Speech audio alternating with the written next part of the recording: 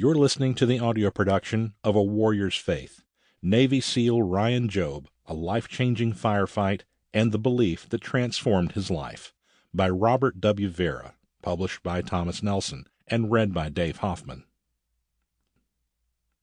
To Haley and Matthew. Author's note. The events in this book are true. The events related to Ryan Job's service in Ramadi, Iraq, have already been made public, in part by various other sources including books, magazines, newspaper articles, and military award citations.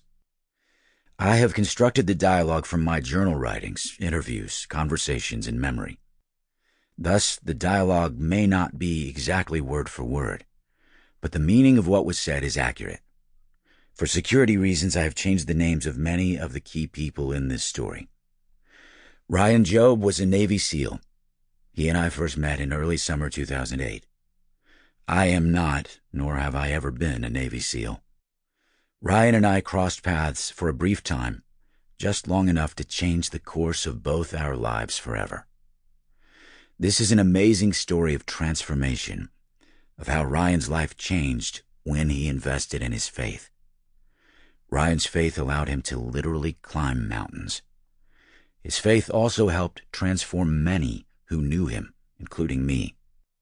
I write this book to share our story and introduce you to my friend, Ryan Job, who was much greater than a highly decorated Navy SEAL and warrior. RWV. Forward. It was a beautiful summer night in July on Mount Rainier in Washington State, typical for that kind of year. You know, 1 million stars in the sky, 15 degrees, 30-mile-per-hour wind gusts, snow on the ground, and nowhere to go but up or down. Left or right was not an option unless we wanted to turn this mountain climbing excursion into a free-fall experience. So we were going up. Typical, I guess, if you're a goat. The frozen snow crunched beneath our feet as spikes pierced the glacier, trying to grab some traction. Like a cruel, never-ending stairmaster, the mountain kept coming, and we kept climbing, adding one more step to the thousands we had already made.